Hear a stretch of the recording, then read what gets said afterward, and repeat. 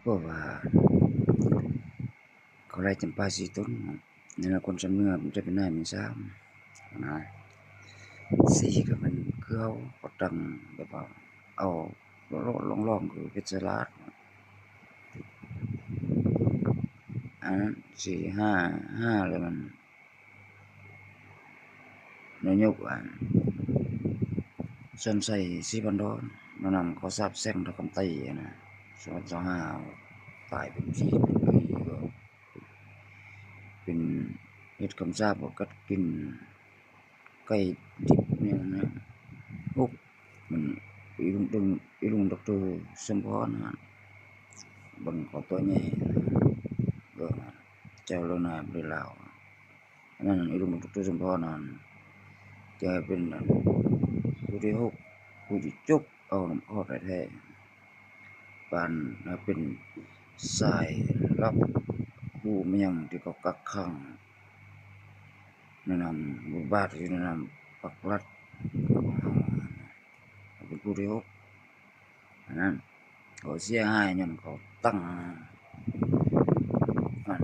เขาเอิ้นดร.สมพรปานแก้วอยู่หุ่นซ่าเนาะบนแห่งมีอันโครงการคนไทยนักลงทุนคนไทยชื่อเสียงโด่งดังเดี๋ยวหุ่นซ่าพาวเวอร์นะอยากจะมีเจ้านายลาวเฮาได้ฮู้เดี๋ยวหุ่นซ่าลูกแพงสัญญาปีนะก็ว่าตั้งชื่อหัวควันน่ะเนาะจริงก็ป้องลูกหลานเจ้านายลาวหลายคือลูกอีลุงทองสิงห์ธรรมวงศ์แม่งเป็นชื่อเสียงอีลุงทองสิงห์ธรรมวงศ์เป็นว่าลูกไผลูกชายก็คือลองช่องโทรทัศน์ลาวสตาร์แชนแนลเนาะของลูกอีลุงทองสิงห์ธรรมวงศ์เป็นเด็กปิดนั้นแล้วเราเป็นผู้ที่6อีลุงตู่สมพรผู้ที่ซอยเอาเป็นแบบเกินนายกรัฐมนตรีคืออยู่ไทยอนุทินเราเป็นผู้32ปานสายลับเฮ็ดหยังถ่ายลงฮู้หมดถ้าแกสอนก็จะเฮ็ดบ่ให้มีบทบาทก็จะหมดนาม